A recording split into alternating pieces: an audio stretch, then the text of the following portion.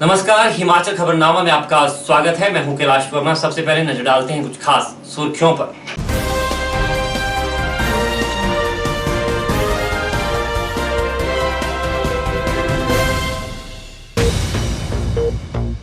मुख्यमंत्री जयराम ठाकुर ने कहा, पालमपुर में दुष्प्रचार से जीती कांग्रेस, सोलन में भाजपा को पड़े कांग्रेस से ज्यादा वोट।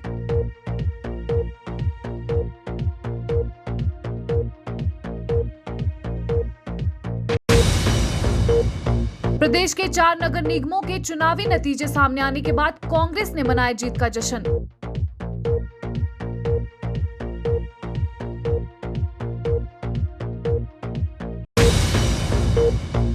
कांग्रेस प्रदेश अध्यक्ष कुलदीप सिंह राठौर बोले, कांग्रेस मुक्त भारत करने वालों को जनता ने दिया करारा जवाब।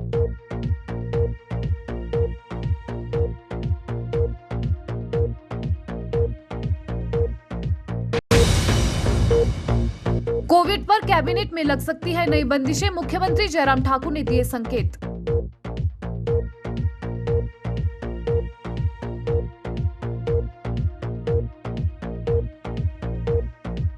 सुर्खियों के बाद अब खबरें विस्तार से।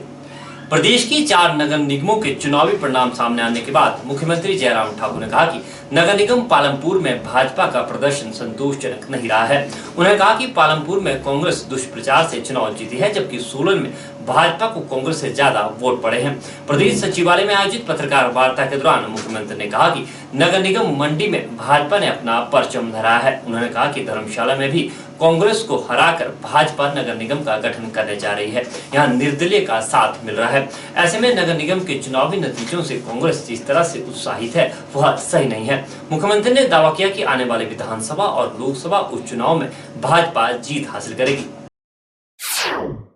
मुख्यमंत्री जयराम ठाकुर ने शिमला में पत्रकार वार्ता के दौरान कहा कि भाजपा ने पार्टी चुनाव चिन्ह पर नगर निगमों के चुनाव करवाए। भाजपा इन चुनावों में हारी नहीं है, बल्कि भाजपा ने 2 नगर निगमों के साथ 6 में से 5 नगर पंचायतों में जीत दर्ज की है। उन्होंने कहा कि प्रदेश के सबसे बड़े जिला की पहली नगर निगम धर्मशाला को भाजपा ने कांग्रेस से छीना है, इसलिए कांग्रेस को इस जीत से खुश होने की आवश्यकता नहीं है। मंडी नगर निगम में भाजपा बड़े अंतर से जीती है। हाँ, जहां खामियां रह गई होंगी उन पर आत्मचिंतन कर उन खामियों को दूर किया जाएगा। मुख्यमंत्री जयराम ठाकुर ने माना कि कुछ बागियों के खड़ा होने से भी दोनों दलों का खेल बिगड़ा है। कांग्रेस पार्टी ने लोगों के बीच जाकर दुष्प्रचार किया। ऐसे में कांग्रेस पार्टी अपनी स्थिति साफ करे कि कभी वे सत्ता में आए तो इन नगर निगमों के साथ क्या करेंगे। मुख्यमंत्री ने कहा कि भविष्य में जो उपचुनाव हैं उनमें भी परीक्षा होगी। नगर पंचायत जो 6 पिछले कल जो गठित हुए, जिनका चुनाव संपन्न हुआ, और उसके बाद नगर निगम 4 कि जितने भी प्रत्याशी जो चुनाव लड़े थे, जो जीत करके आए, उनको मैं बधाई भी देता हूँ और शुभकामनाएं भी देता हूँ। और वो जनहित में जनता की सेवा ईमानदारी से करें, लगन के साथ काम करें, अपने अपने वार्ड का जो है विकास करें, ऐसा मुझे पूरा भरोसा है। जो 4 कॉरपोरेशन के चुनाव हुए,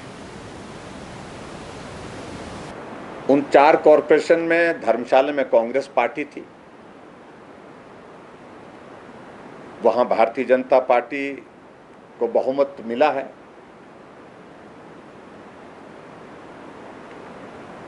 और भारतीय जनता पार्टी के साथ साथ में मुझे इस बात की भी प्रसन्नता है कि हमको जो जितनी आवश्यकता है वहाँ पर बहुमत के लिए, वो बहुमत हमारे पास उपलब्ध हो गया है। मंडी नई कॉरपोरेशन थी, मंडी में हम जीते, पालमपुर में कांग्रेस जीती, सोलन में कांग्रेस आगे है और उनसे थोड़े ही पीछे हम हैं।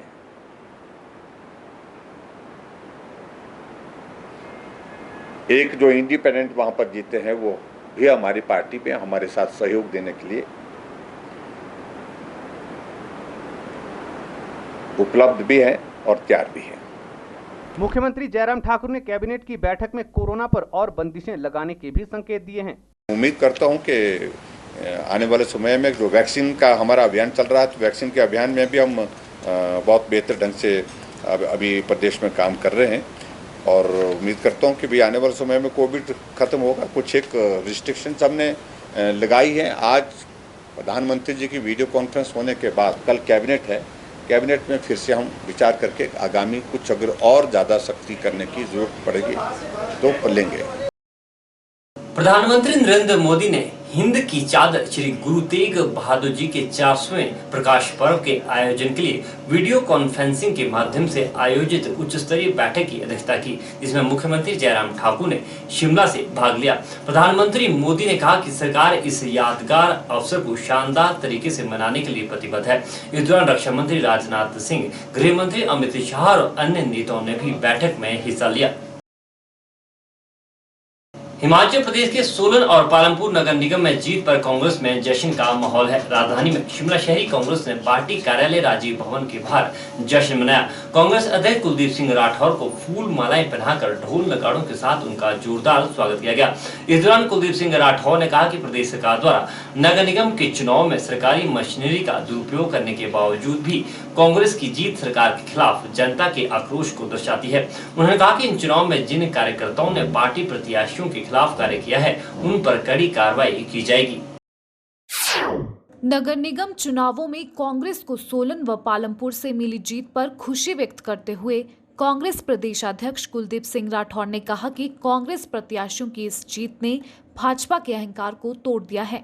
जो भाजपा कांग्रेस मुक्त भारत करने का दावा करती है, उनके लिए कांग्रेस की ये जीत करारा जवाब है। उन्होंने इस जीत का श्रेय सभी कांग्रेस कार्यकर्ताओं को देते हुए आगामी 2022 के विधानसभा के चुनावों में प्रदेश में कांग्रेस की सरकार बनाने का दावा किया। राठौर ने कहा कि प्रदेश सरकार द्वारा सरकारी मशीनरी का दुरुपयोग करने के बावजूद भी कांग्रेस पार्टी की विजय सरकार के खिलाफ जनता के आक्रोश को दर्शाती है। इन चुनावों में जिन कार्यकर्ताओं ने पार्टी प्रत्याशियों के विरुद्ध कार्य किया है, उनके खिलाफ कड़ी कार्रवाई की जाएगी। ईवीएम में गड़बड़ी को लेकर पूछे गए सवाल पर कुलदीप सिंह राठौर ने कहा कि शायद प्रधानमंत्री नरेंद्र मोदी को छोटे चुनावों में हार जीत से फर्क नहीं पड़ता, इसलिए इन चुनावों में ईवीएम में गड़बड़ी ना हुई हो, लेकिन 2022 के चुनावों में ईवीएम में गड़बड़ियों की आशंका से इनकार नहीं किया जा सकता। 4 नगर निगम जहां चुनाव हुए, नतीजे आए और मुझे बहुत खुशी है। मैं धन्यवाद देना चाहता हूं प्रदेश की जनता को। इन 4 जो नगर निगम के अंतर्गत क्षेत्र आते हैं वहाँ के लोगों को, कांग्रेस पार्टी के सभी कार्यकर्ताओं को, उनकी मेहनत अथक प्रयास से कांग्रेस पार्टी ने 4 में से 2 नगर निगमों में विजय प्राप्त की। हमारा बहुमत आया। एक जगह पे भारतीय जनता पार्टी, जो मुख्यमंत्री जी का गृह जिला है, और धर्मशाला में किसी भी पार्टी को बहुमत नहीं मिला। ये कांग्रेस पार्टी के लिए एक बहुत बड़ी विजय है, क्योंकि अक्सर भारतीय जनता पार्टी के नेता कहते थे कि हम कांग्रेस मुक्त देश बनाना चाहते हैं, और एक ऐसा वृक्ष जिसे कहा जा रहा था कि वो सूख रहा है, उसमें नई कौंपलें आनी शुरू हुई है। जहाँ तक ईवीएम की बात है, ईवीएम में ये अपनी सुविधा मुताबिक जो है इस्तेमाल करते हैं। छोटे चुनाव में हो सकता है इनको लगता हो कि ज़रूरत नहीं है, मोदी साहब को अपना चुनाव, अपनी कुर्सी ज़्यादा प्यारी है, तो लोकसभा में ज़्यादा रहता है, तो ईवीएम का ये सुविधा मुताबिक जो है इस्तेमाल करते हैं, ऐसा हमारा अंदेशा है। लेकिन एक मुहिम जो दिल्ली में भी चली है, जो विपक्षी दल है, कि ये चुनाव जो है बैलेट पेपर से करने चाहिए, और मैं व्यक्तिगत तौर पे भी और पार्टी अध्यक्ष होने के नाते भी मेरा ये मानना है कि ये चुनाव जो है बैलेट पेपर से होने चाहिए। नगर निगम सोलन के चुनावों में कांग्रेस ने जीत का परचम लहराया है। इन चुनावों में राजनीति के चाणक्य कहे जाने वाले डॉक्टर राजीव बिंदल की चुनावी रणनीति को विफल कर यहां कांग्रेस चुनाव प्रभारी रहे राजेंद्र राणा ने नगर निगम सोलन की 17 में से 9 सीटें जीतकर कांग्रेस की झोली में डाली है। वहीं चुनावों में मिली जीत से उत्साहित कांग्रेस कार्यकर्ताओं ने शहर में विजय रैली निकाली। यह रैली ओल्ड बस स्टैंड से मां शुलिनी के मंदिर तक निकाली गई। यहाँ चुनाव में विजय रहे उम्मीदवारों ने मां शुलिनी का आशीर्वाद लिया। इस मौके पर राजेंद्र राणा ने कहा कि नगर निगम चुनाव में महंगाई सबसे बड़ा मुद्दा रही है। उन्होंने कहा कि जहां एक और भाजपा ने इन चुनाव में सत्ता बल और धन बल का प्रयोग किया, वहीं जनता ने भाजपा को इसका करारा जवाब दिया है। उन्होंने कहा कि नगर निगम चुनाव में मिली जीत यह इंगित करती है कि 2022 में भाजपा की सरकार जाने वाली है। सोलन से नगर निगम चुनाव में जीत हासिल करने की खुशी में सोलन के कांग्रेस चुनाव प्रभारी राजेंद्र राणा की अगुवाई में पार्टी द्वारा विजय रैली निकालकर जोरदार जश्न मनाया गया। इस मौके पर सोलन के विधायक कर्नल धनीराम शांडिल सहित कई कांग्रेसी नेता व कार्यकर्ता मौजूद रहे। उन्होंने कहा कि पिछले बुधवार को हुए नगर निगम चुनावों में कांग्रेस पार्टी को पूर्ण बहुमत मिली है। नगर निगम सोलन में कांग्रेस की 9, भाजपा की 7 और निर्दलीय के रूप में 1 प्रत्याशी की विजय हुई है। राजेंद्र राणा ने कहा कि मुख्यमंत्री की लोकप्रियता का पता इसी बात से लगाया जा सकता है कि मुख्यमंत्री ने जिन जिन वार्डों में जाकर रैलियां की, वहां पर भाजपा के प्रत्याशियों को बड़े अंतर से हार का मुंह देखना पड़ा है। कांग्रेस के प्रभारी राजेंद्र राणा ने जीत का श्रेय सोलन की जनता को दिया और कहा कि भाजपा अपनी उल्टी गिनती शुरू कर दे। विधानसभा चुनाव में भी भाजपा की हार तय है। राजेंद्र राणा ने समूचे शहर में जाकर व्यापारियों का सोलन नगर निगम में कांग्रेस को जीत दिलाने के लिए आभार व्यक्त किया। सोलन में नगर निगम जो है वो कांग्रेस की बनने जा रही है। मैं एक व्यापारी से मिला हूँ, एक नौजवान से मिला हूँ, महिलाओं से मिला हूँ। आज जो है प्रदेश में नौजवान तंग हैं, बेरोजगारी पहले 10 लाख थे, अब 20 लाख हो गए। जो कोरोना काल में लोग बेरोजगार हुए, जो नौकरी में भी लगे हुए थे, वो भी सरकार से तंग हैं। आप ये देखिए कि महिलाएं तंग हैं, कर्मचारी उनको मिलने वाले लाभ उनको नहीं मिल रहे हैं। आप व्यापारियों से मिला, मैं व्यापारी इनसे सरकार से तंग है।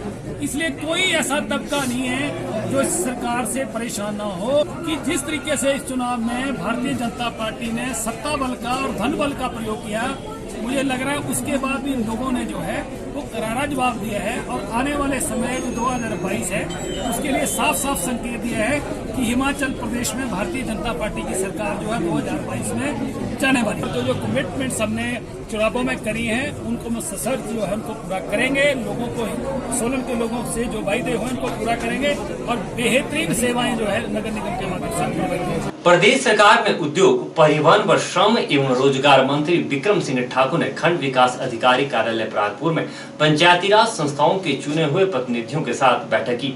जिला परिषद, पंचायत समिति सदस्य और प्रधानों के साथ हुई इस बैठक में उद्योग मंत्री ने जसवां प्रागपुर विधानसभा क्षेत्र में ग्राम पंचायतों के विकास को लेकर विस्तार से चर्चा की।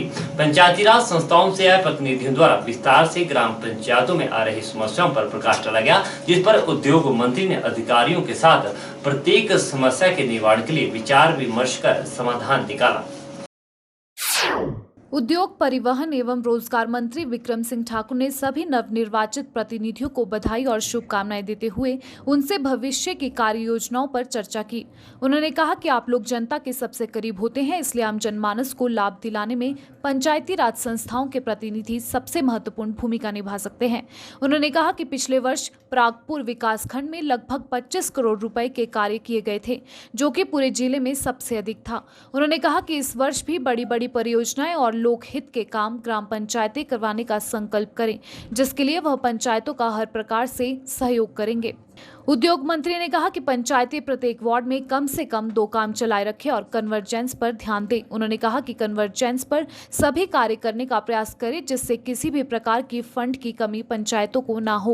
उन्होंने कहा कि पंचायती राज संस्थाओं के प्रतिनिधि गांव के विकास के लिए साथ मिलकर काम करें और सबको उचित सम्मान दें, जिससे प्रदेश भर की पंचायतों के लिए हम एक उदाहरण पेश कर सकें। इस अवसर पर एसडीएम देहरा धनबीर ठाकुर एवं बीडीओ परागपुर कंवर सिंह ने गाँव के विकास के लिए चलाई जा रही सरकारी योजनाओं की विस्तृत जानकारी प्रतिनिधियों के समक्ष रखी और उन्हें बताया कि उनके विभाग किस प्रकार पंचायतों के विकास में सहयोग कर सकते हैं।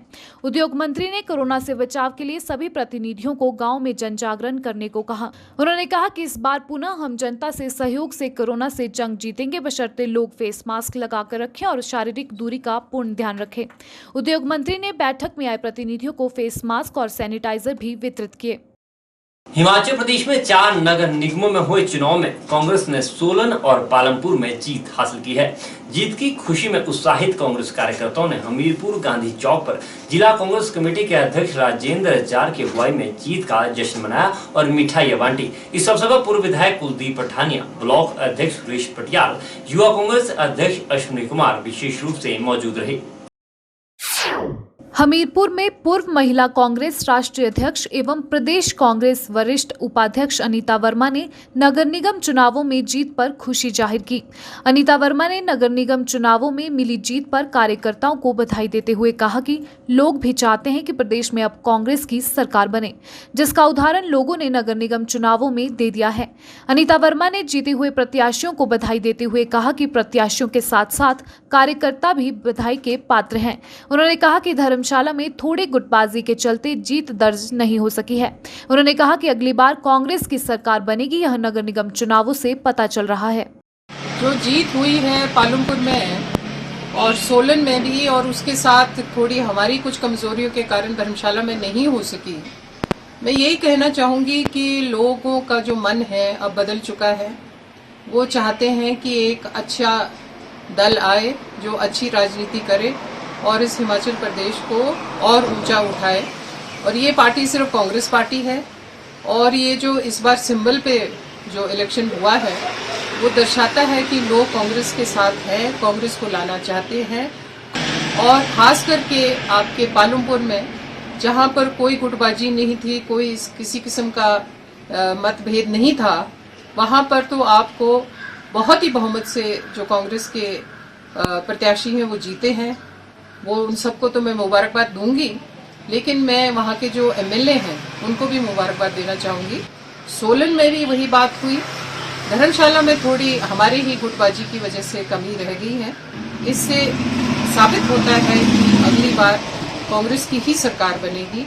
राजेंद्र जार ने कहा कि पालमपुर और सोलन में कांग्रेस ने परचम लहराया है और धर्मशाला में भी कांग्रेस का बढ़िया प्रदर्शन रहा है। उन्होंने कहा कि नगर निगम के चुनावों में कार्यकर्ताओं ने अच्छा प्रदर्शन किया, जिसका परिणाम आज सबके सामने है। उन्होंने कहा कि आने वाले विधानसभा चुनावों में भी जनता बीजेपी को मुंह तोड़ जवाब देने के लिए तैयार है।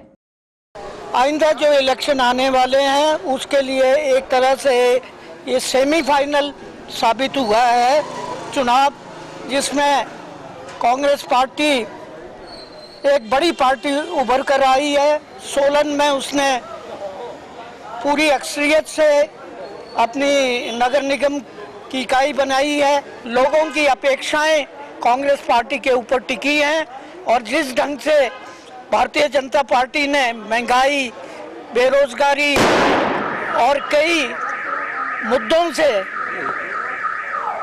लोगों को बेहाल किया है, लोगों का जीना मुहाल कर दिया है, लोगों ने उसी जो उनके जन विरोधी नीतियां थी उनके खिलाफ जो आक्रोश इन चुनावों में बताया है वो सबके सामने है।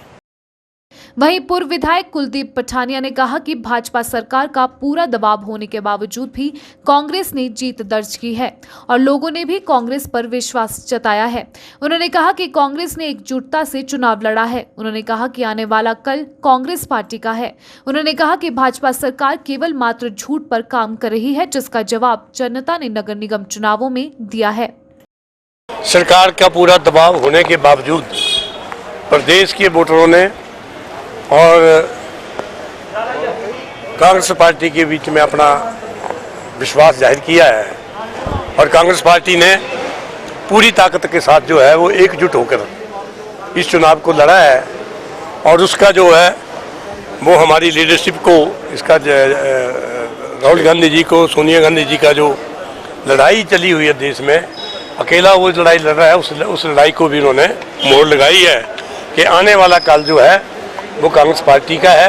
और जिस तरह हमारे साथी जी ने कहा कि हाँ महंगाई और दूसरी चीज़ें हैं वो उसके ऊपर लोगों ने मोहर लगाई है, और दबाव के बावजूद अधिकारियों के ऊपर दबाव डाला कि कर्मचारियों को ये करो, उसके बावजूद लोगों ने कांग्रेस पे विश्वास किया है, इसलिए हम आज चुनाव जीते हैं। मुख्यमंत्री जयराम ठाकुर ने प्रदेश सचिवालय में राज्य के पुलिस कर्मियों को भारतीय स्टेट बैंक द्वारा सामाजिक दायित्व के तहत प्रदान किए गए ब्लड प्रेशर मॉनिटर भेंट किए।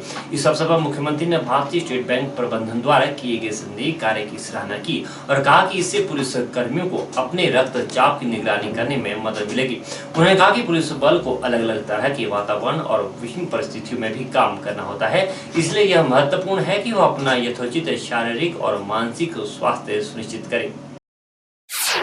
मुख्यमंत्री जयराम ठाकुर ने कहा कि भारतीय स्टेट बैंक ने 392 रक्तचाप मॉनिटर प्रदान किए हैं जो सभी पुलिस थानों, पुलिस चौकियों और पुलिस बटालियनों को प्रदान किए जाएंगे। उन्होंने कहा कि इसके अलावा भारतीय स्टेट बैंक ने पुलिस बल को ब्लड शुगर निगरानी और तौल मशीन प्रदान करने के लिए भी सहमति व्यक्त की है जो पुलिस थानों को प्रदान की जाएंगी। उन्होंने कहा कि ये सभी उपकरण पुलिस कर्मियों को नियमित रूप से फिट रखने के अलावा उनके स्वास्थ्य मापदंडों की निगरानी में भी मदद करेंगे। मुख्यमंत्री ने राज्य पुलिस के लिए 1 लाख N95 मास्क प्रदान करने के लिए अरविंद मिल्स अहमदाबाद के प्रबंधक का भी आभार जताया। उन्होंने कहा कि हिमाचल प्रदेश पुलिस ने कोविड महामारी के दौरान सराहनीय कार्य किया है। पुलिस ने न केवल देश के विभिन्न हिस्सों में फंसे पर्यटकों और हिमाचल के लोगों के राज्य के आवागमन बल्कि कानून और व्यवस्था को भी प्रभावी ढंग से बनाए रखा। स्वाभाविक रूप से हम लोग जब काम में व्यस्त होते हैं बहुत सारी चीज़ों को लेकर के हमारे स्वास्थ्य से जुड़ी हुई चीज़ें, हेल्थ पैरामीटर्स, इनको मॉनिटर करने का ना तो ध्यान रहता है, ना तो कई बार समय रहता है और ना ही कई बार इस प्रकार की सुविधा रहती है। उनकी अलग अलग जगह जाना, अलग अलग हालात में रहना, इस प्रकार से आपका काम रहता है। और मैं समझता हूँ कि SBI की ओर से एक बहुत बेहतरीन इनिशिएटिव इस तरह से लिया गया जो पुलिस विभाग के हमारे लोगों के लिए जो हेल्थ पैरामीटर्स को चेक करने के लिए, पर्टिकुलरली जो BP चेक करने के लिए जो मशीन दी गई और डिजिटल मशीन है और उसमें सीधा बटन दबा करके आसानी से ब्लड प्रेशर मापा जा सकता है। तो एक समझता हूँ कि भी बहुत अच्छी एक सुविधा ये पुलिस विभाग के कर्मचारियों के लिए ये उपलब्ध हुई है। वहीं पुलिस महानिदेशक संजय कुंडू ने पुलिस बल के विभिन्न मुद्दों पर विचारशील होने के लिए मुख्यमंत्री का धन्यवाद किया। उन्होंने इस परोपकारी कार्य के लिए स्टेट बैंक ऑफ इंडिया के प्रबंधक का भी आभार जताया। उन्होंने कहा कि SBI और अरविंद मिल्स द्वारा उपलब्ध करवाए गए सभी उपकरण और मशीनें राज्य के पुलिस थानों में प्रदान की जाएंगी। उन्होंने स्टेट बैंक ऑफ इंडिया से रिक्वेस्ट किया तो मैं उनका धन्यवाद करना चाहता हूं, उनका पूरी मैनेजमेंट का धन्यवाद करना चाहता हूं। आज उन्होंने हमको 392 BP मशीन्स जो 5.5 लाख के करीब की वैल्यू की है वो दी है हमको। सर ये BP मशीन्स हम हर पुलिस स्टेशन में, पुलिस पोस्ट में, हर बटालियन में, हर जगह जहां हमारे जवान तैनात हैं वहां हम डिस्ट्रीब्यूट करना चाहते हैं। मैंने स्टेट बैंक से ये भी आग्रह किया कि let us take it further, इस मुहिम को आगे ले जाएं और उन्होंने हमको इंश्योर किया ब्लड शुगर की भी जो मशीन्स हैं वो भी हर थाने, हर चौकी में, हर बटालियन में, हर जगह देंगे और वेइंग मशीन्स भी देंगे ताकि वेट कंट्रोल कर सके, ब्लड शुगर कंट्रोल कर सके और BP कंट्रोल कर सके। इस दौरान पुलिस अधीक्षक शिमला मोहित चावला ने कार्यक्रम का संचालन किया और भारतीय स्टेट बैंक द्वारा 392 रक्तचाप मॉनिटर प्रदान किए जाने पर उनका आभार जताया। प्रदेश के 4 नगर निगमों में संपन्न हुए चुनाव में सोलन और पालमपुर नगर निगम में कांग्रेस ने अपना परचम लहराया है। कांग्रेस पार्टी को मिली जीत की खुशी में नाहन में कांग्रेस कार्यकर्ताओं और नेताओं ने जश्न मनाया। इस दौरान प्रदेश कांग्रेस महासचिव अजय सोलंकी विशेष रूप से मौजूद रहे। अजय सोलंकी ने कहा कि नगर निगम के चुनाव में कांग्रेस पार्टी ने बेहतर प्रदर्शन किया है। कहा कि सोलन व पालमपुर में पार्टी बहुमत के साथ नगर निगम पर काबिज हुई है। नगर निगम चुनाव में कांग्रेस पार्टी को मिली जीत पर कांग्रेस पार्टी महासचिव अजय सोलंकी ने कहा कि नगर निगम चुनाव को विधानसभा चुनाव के सेमीफाइनल के तौर पर देखा जाता है। ऐसे में अब भाजपा सरकार को अपने जाने की तैयारी कर लेनी चाहिए। उन्होंने कहा कि भाजपा ने नगर निगम चुनाव में अपने सभी मंत्रियों समेत प्रदेश के मुख्यमंत्री को भी गली गली घूमने पर मजबूर कर दिया। बावजूद इसके कांग्रेस पार्टी की जीत को भाजपा के नेता नहीं रोक सके। सोलंकी ने कहा कि नगर निगम चुनाव में भाजपा द्वारा खुलकर धन बल का इस्तेमाल किया गया और कर्मचारियों को धमकाने की कोशिश भी की गई। उन्होंने कहा कि सोलन प्रभारी डॉक्टर राजीव बिंदल को कुछ अंधभक्त मुख्यमंत्री तक बनाने की बातें सोशल मीडिया पर करते दिखाई दे रहे हैं, मगर इन चुनावों ने डॉक्टर राजीव बिंदल को भी आईना दिखा दिया। सोलन और पालमपुर में पूर्ण बहुमत के साथ कांग्रेस पार्टी ने अपना परचम लहराया है। मैं सभी कार्यकर्ताओं को और वरिष्ठ नेताओं को इसकी बधाई देना चाहता हूँ। इन चुनावों से, जो कि विधानसभा चुनावों के लिए सेमीफाइनल कहा जाता है इन चुनावों को, तो इसमें जनता ने स्पष्ट बहुमत कांग्रेस पार्टी को देकर संकेत दिया है कि आने वाले विधानसभा चुनावों में जो है कांग्रेस पार्टी पूर्ण बहुमत के साथ सरकार बनाने जा रही है। जयराम सरकार जिस तरह इन चुनावों में गली गली में मुख्यमंत्री को घुमाया, मंत्रीगण जो है डेरा लगा के बैठे रहे, इतना धन बल का प्रयोग किया गया, कर्मचारियों को धमकाने का प्रयास किया गया। सोलन नगर निगम में जहां पर मैं भी कुछ समय हमने भी लगाया, तो मैं वहां पर जो भारतीय जनता पार्टी के प्रभारी राजीव बिंदल जी थे, जो पिछले 1 महीने से वहीं डेरा लगाए हुए थे। यहाँ पर कुछ भगत लोग, अंधभगत लोग की भी नगर निगम चुनाव के बाद जो है विधायक को मुख्यमंत्री बनाने की सोच रहे हैं। अपने जन्म दिवस से ठीक 2 दिन पहले पूर्व मुख्यमंत्री प्रोफेसर प्रेम कुमार धूमल ने अपने शुभ चिंतकों के लिए संदेश जारी किया है। अपने संदेश में उन्होंने अपने जन्म दिवस पर उनके निवास स्थान समीरपुर में कोई भी कार्यक्रम आयोजित न करने को लेकर तमाम जानकारी दी है। बताते चलें कि पूर्व मुख्यमंत्री प्रेम कुमार धूमल का जन्म दिवस 10 अप्रैल को हर वर्ष धूमधाम के साथ मनाया जाता रहा है, लेकिन इस बार कोविड-19 के लगातार बढ़ते संक्रमण को देखते हुए उन्होंने लोगों से अपने अपने स्तर पर ही इसे मनाने का आग्रह किया है। उन्होंने कहा कि राज्य सरकार ने भी 50 से ज्यादा लोगों के एकत्रित होने पर पाबंदी लगा रखी है। ऐसे में उनके जन्म दिवस पर किसी भी तरह का कोई आयोजन नहीं होगा। बहनों और भाइयों, प्रदेश भर से आपके फोन आ रहे हैं कि 10 अप्रैल का क्या कार्यक्रम है। आप इच्छा व्यक्त कर रहे हैं कि आप 10 अप्रैल को आकर बधाई देना चाहते हैं मेरे जन्मदिन पर। मैं आपका आभारी हूँ, लेकिन आपसे निवेदन करना चाहता हूँ कि देश और प्रदेश में कोरोना का भारी प्रकोप है, कोविड-19 से बचना चाहिए। इसलिए मेरा आपसे निवेदन है, आने का कष्ट ना करें। सरकार ने भी पाबंदी लगा रखी है कि 50 से ज़्यादा लोग एकत्र ना हो, तो मैंने कोई कार्यक्रम नहीं रखा है। आपकी शुभकामनाएं फ़ोन के माध्यम से, सोशल मीडिया के माध्यम से ही काफ़ी होंगी। मैं उसके लिए आपका आभारी रहूँगा। आप ना ही आने का कष्ट ना करें, क्योंकि यहाँ कोई कार्यक्रम नहीं है। ईश्वर से प्रार्थना करते हैं कि देश और प्रदेश से कोरोना ख़त्म हो, तो फिर हम कोई सेलिब्रेशन कर लेंगे। अभी आने की कष्ट ना करें। वैश्विक महामारी कोरोना के चलते जहां लाखों लोग अपना रोजगार गंवा चुके हैं, देश आर्थिक मंदी का शिकार हुआ है। वहीं इस बीच कोरोना महामारी को अवसर में बदलते हुए 21 वर्षीय प्राकृतिक लखनपाल ने हमीरपुर में स्ट्रॉबेरी की खेती शुरू की है। लखनपाल ने बताया कि पायलट प्रोजेक्ट के तहत स्ट्रॉबेरी के प्लांट मंगवाए थे। वातावरण के अनुकूल होने के चलते स्ट्रॉबेरी के पौधे पर फल लगना शुरू हो गया है। उन्होंने बताया कि जैविक तरीके से पौधों की देखभाल की जा रही है, जिससे स्ट्रॉबेरी का उत्पादन अच्छा हो रहा है और बाजार में दाम भी अच्छे मिल रहे हैं। हमीरपुर के साथ लगते विकासनगर में युवा प्राकृतिक लखनपाल ने बैंगलोर से स्ट्रॉबेरी के 1000 पौधे मंगवाए थे और सही ढंग से देखभाल करने के बाद अब पौधों से उन्हें रोजाना 5 से 10 किलो स्ट्रॉबेरी मिल रही है, जो सब्जी मंडी में भी 100 रुपए प्रति किलो के हिसाब से बिक रही है। 21 वर्षीय प्राकृतिक ने बताया कि शौकिया तौर पर लगाए गए स्ट्रॉबेरी को बेचने के उद्देश्य से नहीं लगाया गया था, लेकिन फिर भी अच्छा उत्पादन होने पर इसे सब्जी मंडी में बेचा जा रहा है, जिससे अच्छे दाम मिल रहे हैं और लोग भी स्ट्रॉबेरी को बेहद पसंद कर रहे हैं। प्राकृतिक ने बेरोजगार घूम रहे युवाओं को भी प्रोत्साहित करते हुए कहा कि बेकार घूमने से मेहनत करके खेती बाड़ी की जाए तो सफलता जरूर मिलती है। बाजार में 200 से 250 रुपए किलो के हिसाब से मिलने वाली स्ट्रॉबेरी के मीठे फल का पायलट प्रोजेक्ट के तौर पर ट्रायल सफल रहा है, जिससे लोगों ने भी खुशी जाहिर की है। इससे अगर आप समझिए, अगर मेरे पास 900 प्लांट्स हैं तो हर प्लांट अगर 500 ग्राम्स का मेरे को स्ट्रॉबेरी दे रहा है और मैं उसको, जो मेरा सप्लायर है उसको 100 रुपये में बेच रहा हूँ, फिर आगे सप्लायर उसको 250 से लेके 200 रुपये के बीच में बेच रहा है। सो आप मल्टीप्लाई कर लीजिए, within 4 months I am gaining around 1.5 lakh rupees, 1 to 1.5 lakh rupees. So हम प्रैक्टिकली इसको मार्केट में हमने बहुत कम टेस्ट किया है, मतलब मैंने कोई 25-30 किलोज़ ही मार्केट में भेजी है, बाकी मैं अपने लिए, मतलब अपने घर के लिए, स्कूल के लिए यूज़ करते हैं, जैम्स और फ्रूट्स के लिए।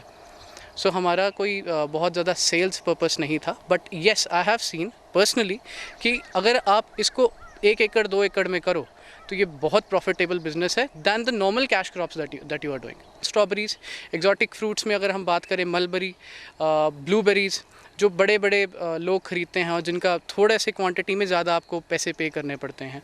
दूसरा, जब तक आप टेक्नोलॉजी का यूज़ नहीं करेंगे, हॉर्टिकल्चर में आप नहीं घुसेंगे, तब तक आप सक्सेस नहीं कर पाएंगे।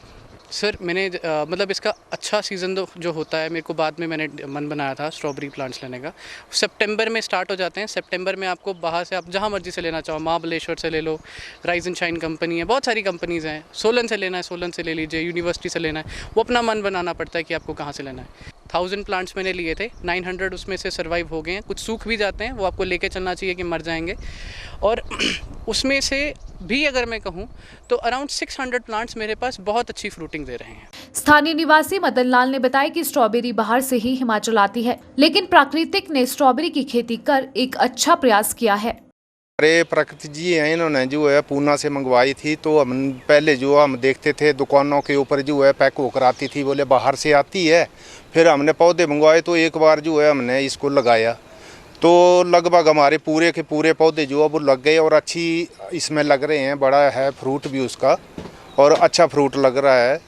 डेली का तोड़ के जो है हम बेच रहे हैं इसका जो है। तो और भी अगर लगाएं तो लग सकती है इस ज़मीन के ऊपर जो है, पर खुद अपना उगाया हुआ और भी अच्छा है। ऑर्गेनिक है, इसमें ना हमने खाद दिया ना कुछ किया, बस मिट्टी है, आप चेक कर लो, उसमें पानी है, बस इसका जो है ऑर्गेनिक पानी जो दे रहे हैं। शिमला के दीनदयाल उपाध्याय अस्पताल में ऑक्सीजन प्लांट स्थापित कर दिया गया है। अस्पताल के वरिष्ठ चिकित्सा अधीक्षक डॉक्टर रमेश चौहान ने बताया कि डीडीयू में 300 PSA का ऑक्सीजन प्लांट केंद्र सरकार की ओर से लगाया गया है, जिसका अभी ट्रायल चल रहा है। उन्होंने बताया कि फिलहाल ऑक्सीजन क्वालिटी का सैंपल चंडीगढ़ भेजा है और सैंपल रिपोर्ट आने के बाद ही ऑक्सीजन प्लांट को सुचारू किया जाएगा। डीडीयू अस्पताल के वरिष्ठ चिकित्सा अधीक्षक डॉक्टर रमेश चौहान ने बताया कि डीडीयू अस्पताल में केंद्र सरकार द्वारा ऑक्सीजन प्लांट स्थापित किया गया है। उन्होंने बताया कि ऑक्सीजन प्लांट फिलहाल ट्रायल रन पर है। एमएस ने बताया कि इस ऑक्सीजन प्लांट में एक दिन में 70 डी टाइप सिलेंडर भरने की क्षमता है, जो अस्पताल की आवश्यकता को पूरा करता है। रमेश चौहान ने बताया कि जब डीडीयू को कोविड डेडिकेटेड अस्पताल बनाया गया था तो उस समय उन्हें ऑक्सीजन मंडी से मंगवानी पड़ती थी। ऐसे में यहाँ प्लांट लगने से कोविड व नॉन कोविड मरीजों को इसकी सुविधा मिलेगी। सेंट्रल गवर्नमेंट की तरफ से मशीनरी इसकी इक्विपमेंट्स जो हैं सेंट्रल गवर्नमेंट की तरफ से आई हैं। आजकल ये टेस्ट रन पे है और सक्सेसफुल टेस्ट रन है। कल हम इसके क्वालिटी ऑक्सीजन क्वालिटी के सैंपल भेजेंगे जो चंडीगढ़ जाएंगे और अभी तो ये फंक्शनल है, बट हम वार्ड में सप्लाई जब क्वालिटी ऑफ ऑक्सीजन ठीक होगी तभी पेशेंट्स को सप्लाई करेंगे, अदरवाइज इट्स टोटली फंक्शनल। और ये एक दिन में 70 डी टाइप सिलेंडर्स भरने की इसकी कैपेसिटी है और वो हमारी रिक्वायरमेंट को फुलफिल कर देगा। भारत सरकार के वस्त्र मंत्रालय के सौजन्य से हिमाचल प्रदेश हस्तशिल्प एवं हथकरघा निगम द्वारा रामपुर के डाकोल में महिलाओं के लिए चलाया जा रहा कौशल विकास प्रशिक्षण केंद्र का भारत सरकार के अधिकारियों ने निरीक्षण किया। वस्त्र मंत्रालय विकास आयुक्त कार्यालय के सहायक निदेशक ने प्रशिक्षण केंद्र में महिलाओं को स्वरोजगार अपनाकर आत्मनिर्भर बनाने के टिप्स दिए। उन्होंने कहा कि सरकार द्वारा हस्तशिल्प और हथकरघा से जुड़े ग्रामीणों को घर द्वार पर रोजगार दिलाने के लिए दक्ष किया जा रहा है।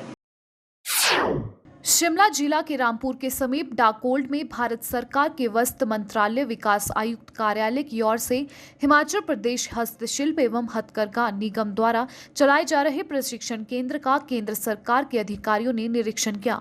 वस्त्र मंत्रालय विकास आयुक्त कार्यालय के सहायक निदेशक अवधेश ठाकुर ने केंद्र का दौरा कर महिलाओं द्वारा तैयार किए जा रहे वस्त्र एवं परिधानों का अवलोकन किया। इस दौरान उन्होंने महिलाओं को बताया कि भारत सरकार के वस्त्र मंत्रालय की ओर से कई प्रकार के कौशल विकास कार्यक्रम चलाए जा रहे हैं, जिसमें महिलाओं को ग्रामीण स्तर पर दक्ष कर उन्हें स्वरोजगार के लिए सक्षम बनाना है। उनके द्वारा तैयार उत्पादों को किस तरह देश के विभिन्न हिस्सों में प्रदर्शनियों से बेचा जा सकता है, किस तरह इसमें मंत्रालय सहायता और सहयोग करता है, इस बारे में विस्तृत जानकारी दी गई। उन्होंने बताया प्रशिक्षण प्राप्त करने के बाद किस तरह समूहों में अपना कारोबार स्थापित कर सरकार किस तरह मदद कर रही है। उन्होंने बताया कि सरकार का मकसद है कि महिलाओं को घर द्वार पर स्वरोजगार के लिए दक्ष बनाकर आत्मनिर्भर करना। इसके लिए केंद्र सरकार ने कई कार्यक्रम चलाए हैं जिन्हें ग्रामीण स्तर पर पहुंचाया जा रहा है। बता दें, भारत सरकार के वस्त्र मंत्रालय विकास आयुक्त के सौजन्य से राज्य सरकार के माध्यम से यह योजना चलाई जा रही है। महिलाओं को आत्मनिर्भर बनाने के लिए प्रशिक्षण देकर दक्ष बनाया जा रहा है।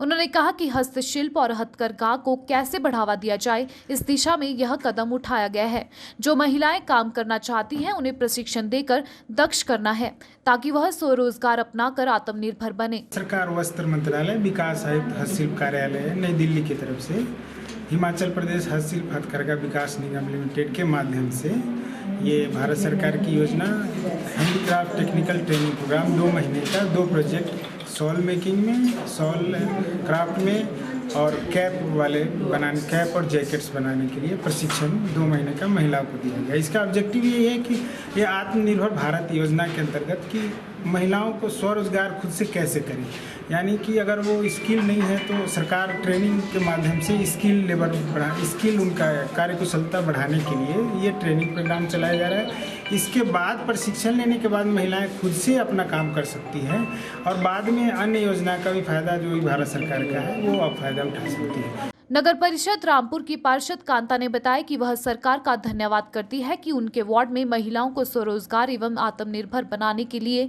इस तरह का प्रशिक्षण केंद्र खोला गया है। इससे आवश्यक महिलाओं को लाभ मिलेगा। मैं राज्य सरकार का धन्यवाद करती हूँ कि जो हमारे वार्ड में जो है महिलाओं को स्वयं रोजगार खोला गया है कि ताकि ये जो है आत्मनिर्भर रह सके और इनको जो ट्रेन किया जा रहा है, तो मैं राज्य सरकार का जो है अपने तहे दिल से धन्यवाद करती हूँ और महिलाओं को जो इन्होंने रोजगार खोला है इनको भी जो है सुचारू रूप से आगे जारी रखने का विनम्र निवेदन करती हूँ। वहीं प्रशिक्षणार्थियों ने बताया कि सरकार की ओर से यहाँ प्रशिक्षण केंद्र खोला गया था जहाँ उन्हें बहुत कुछ सीखने को मिला। सरकार केंद्रों की तरफ से जो भी हमारे लिए यहाँ योजना मिली है, हम यहाँ बहुत कुछ सीखा है। कुछ जैसे पाटू भी बनाते हैं किनौरी और स्टॉल बनाते हैं, मफलर बनाते हैं और तोड़ू बनाते हैं, पट्टियाँ बनाते हैं। तो हम जैसे सीखकर अपने पैरों पे खड़ा होना चाहते हैं। सरकार केंद्रों को मैं बहुत धन्यवाद करती हूँ जो भी हमारे लिए ये योजना दी। आईजीएमसी में कोरोना मरीज ने आइसोलेशन वार्ड में अपने हाथ की नस काट दी। अस्पताल प्रशासन की प्रारंभिक जांच में मरीज को डिप्रेशन का शिकार बताया जा रहा है। आईजीएमसी के वरिष्ठ चिकित्सक डॉक्टर राहुल गुप्ता ने बताया कि कई कोरोना मरीजों को ये परेशानी आती है, जो कि कोरोना के ही सिस्टम में से एक है, जिसमें मरीज को अलग अलग तरह की चीजें दिखनी शुरू हो जाती है। ऐसे 20 से 25% मामले पहले भी सामने आ चुके हैं। उन्होंने बताया कि आईजीएमसी में भर्ती इस मरीज ने घर से लाए चाकू से हाथ की नसें काट दी। उन्होंने बताया कि मरीज का ऑपरेशन किया गया है, जिसके बाद मरीज की हालत स्थिर बनी हुई है। एक ये जो नस वाला आया था, एक पेशेंट था, उसके पास जो घर से लेके आया था नाइफ वगैरह, तो उसने कोशिश की अपनी नस काटने की, तो वो भी उसकी बीमारी का ही हिस्सा है। जहाँ तक एफआईआर की बात है तो वो एक हमारी बेसिकली हॉस्पिटल की प्रक्रिया रहती है, तो ऐसा नहीं है कि उसके ऊपर कोई क्रिमिनल केस हो गया या कुछ ऐसा वैसा हो गया। जस्ट एक पुलिस को इन्फॉर्म किया जाता है कि पेशेंट की इस वक्त जो बीमारी है, बीमारी की वजह से उसने ये अटेम्प्ट किया है, तो पेशेंट हमारा उसके बाद ऑपरेशन किया गया, बिल्कुल स्वस्थ है पेशेंट। पर ये लोगों में घबराने की बात नहीं है, ये बेसिकली जो है कोरोना इन्फेक्शन होने के कारण जो उसके ब्रेन में पेशेंट के चेंजेस आ रही हैं, संभवतः उसी के कारण जो है वो पेशेंट का व्यवहार वो अपने लिए भी पेशेंट ज़्यादा खतरनाक हो जाता है। बीच में बहुत से पेशेंट्स हमारे पास ऐसे थे। शिमला शहर में नगर निगम के शौचालयों के रखरखाव का जिम्मा सुलभ एजेंसी को दिया गया है, लेकिन स्थानीय लोग सार्वजनिक शौचालय की सफाई व्यवस्था पर सवाल उठा रहे हैं। शिमला शहर के कारोबारियों और स्थानीय लोगों का आरोप है कि शहर के अधिकतर शौचालय में सफाई व्यवस्था चौपट हो चुकी है और ठेकेदार द्वारा शौचालय की देखरेख के लिए रखे गए कर्मचारियों द्वारा मनमाने पैसे वसूले जा रहे हैं।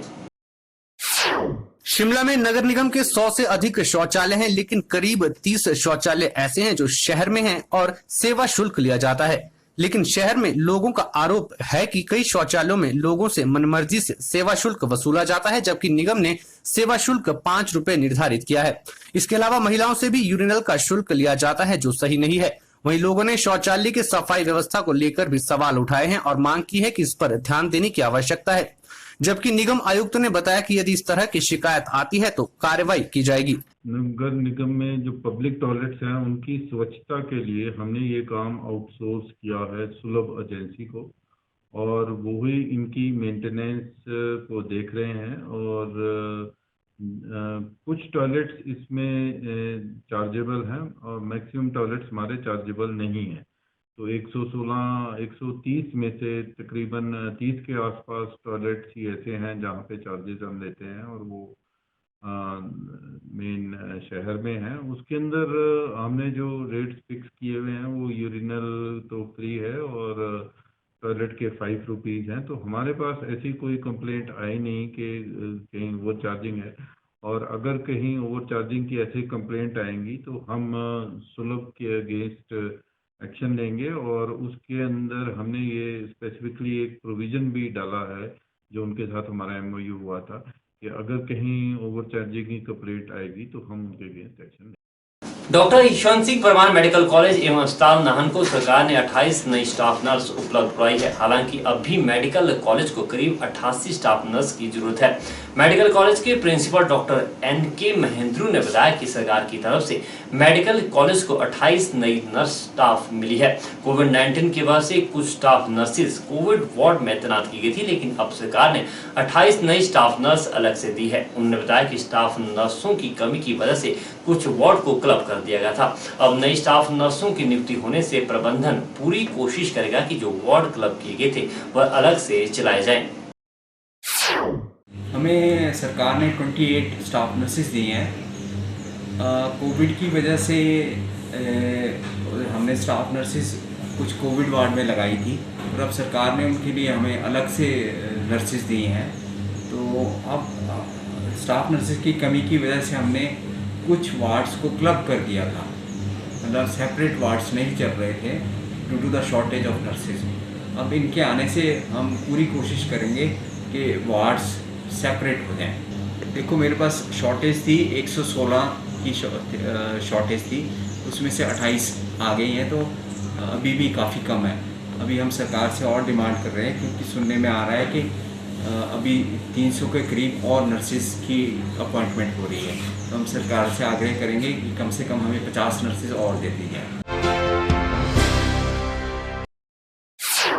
नगर निगम शिमला द्वारा शहर में स्वच्छता को ध्यान में रखते हुए भले ही बोतल ATM लगाए गए हैं, लेकिन इन मशीनों को शहर में 5 जगह लगाए हुए काफी समय हो चुका है। ये मशीनें अभी तक सुचारू नहीं हो पाई है। आलम यह है कि ये मशीनें धूल फांक रही है और कई जगह तो शरारती तत्वों द्वारा इन्हें क्षति भी पहुंचाई गई है। इस पर जब निगम आयुक्त से बात की गई तो उन्होंने कहा कि इन मशीनों को शिमला में लगाने के लिए जिस कंपनी के साथ करार हुआ है उनके द्वारा कुछ विलंब हो रहा है, और कंपनी को नोटिस भी जारी किया गया है कि इन्हें जल्द सुचारू किया जाए, अन्यथा करार को भी रद्द किया जाएगा। ये बात सही है कि MC ने इकोमैक्स को एक कंपनी है जिसके साथ हाउस से अप्रूवल हुआ था, और उस कंपनी ने हमें 5 वाटर बॉटल ATMs देने थे। उन्होंने दे भी दिए हैं और ये इंस्टॉल रख दिए गए हैं 5 जगहों पर शिमला में। बट इसको फंक्शनल करने के लिए इसमें इलेक्ट्रिसिटी का कनेक्शन ज़रूरी था। तो जैसे कि ये मॉल पर भी है और ओल्ड बस स्टैंड पे भी है, तो हमने वो प्रोसेस कंप्लीट करके इनमें अब इलेक्ट्रिसिटी कनेक्शन लग गए हैं और इनको यूज़ अब किया जाना है। बट कंपनी की तरफ से फिर भी इसमें थोड़ा विलम्ब हो रहा है। हमने उन्हें अभी नोटिस भी दे दिया है कि इसको तुरंत फंक्शनल करें, नहीं तो हम इसको कैंसिल मानेंगे।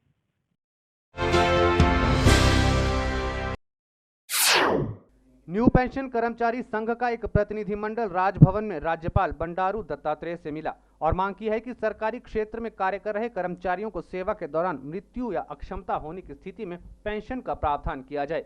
इस दौरान कर्मचारियों ने अपनी मांगों के संबंध में राज्यपाल को ज्ञापन भी सौंपा।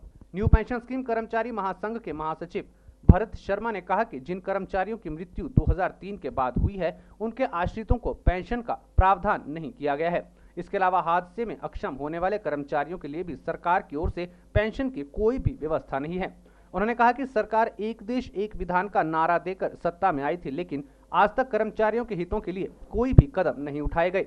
उन्होंने सरकारी कर्मचारियों के लिए भी सेना की तर्ज पर 1 रैंक 1 पेंशन जैसी व्यवस्था किए जाने की मांग की है। हम लोगों ने पेंशन व्रत किया और उसके बाद हमने 20 दिन लगातार धरना किया और हमारी मुख्य मांग थी कि पुरानी पेंशन जो है वो बहाल होनी चाहिए। तो उस विषय में हमें मुख्यमंत्री जी से आश्वासन ये मिला है कि जो डेथ एंड डिसेबिलिटी पे पेंशन का एक प्रावधान है उसके लिए हम प्रयत्न कर रहे हैं और वो जल्द लागू करेंगे। तो हमें उम्मीद है कि 15 अप्रैल को उसकी घोषणा मुख्यमंत्री जी करेंगे। पर हमें एक और था ये कि हम आज राज्यपाल महोदय से जो मिल रहे हैं वो इसलिए मिल रहे हैं कि हम चाह रहे थे कि इनकी तरफ से भी एक रिकमेंडेशन ऐसी जाए वहाँ पर, ताकि जो हमारा जो डेथ एंड डिसेबिलिटी के लिए पेंशन का जो हम मांग कर रहे हैं वो और मजबूती से रखी जाए और वो जो 15 अप्रैल को घोषणा होनी वो अवश्य हो वो घोषणा। तो हमारा आज यहाँ पे आने का जो मकसद है वो मेन मकसद ये है। हिमाचल खबरनामा के इस अंक में इतना ही। नमस्कार।